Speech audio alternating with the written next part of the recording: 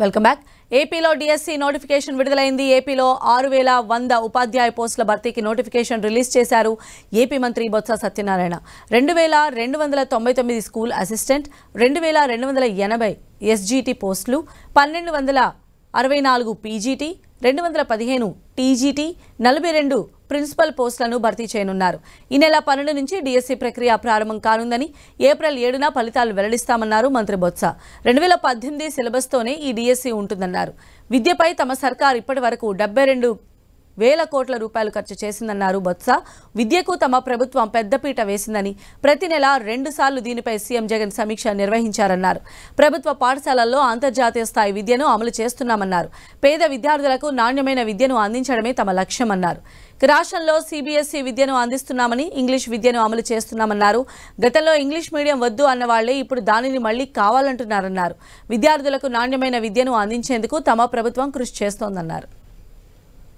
6,000 పోస్టులు ఏవైతే చెప్పానో అందులో 2,280 ఇది ఇస్తాను మీకు, మళ్ళీ ఇస్తాను మీకు.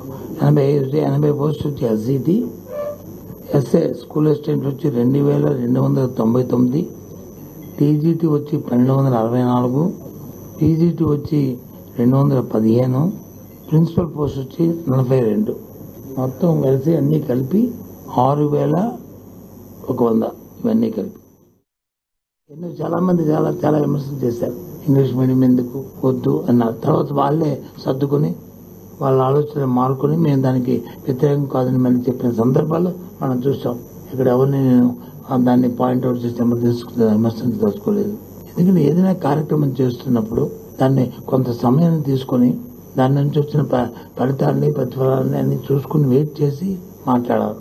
అలా కాకుండా మాట్లాడినప్పటికీ కూడా ఏదేమైనా మా ముఖ్యమంత్రి గారి ఆలోచన, ప్రభుత్వం ఆలోచన, మనం విద్యార్థిని దృష్టిలో పెట్టుకుని ఆ విద్యార్థికి ఓ నాణ్యమైన విద్య ఇవ్వాలని, సరళంగా ఆ విద్యార్థి వచ్చి కాంపిటీషన్లో కాంపిటేటివ్ ఎగ్జామ్స్లో తట్టుకునే విధంగా ఉండాలని, దానికి తగ్గట్టు ప్రక్రియ జరగాలని ఇవాళ అది చేసుకొస్తున్నాం.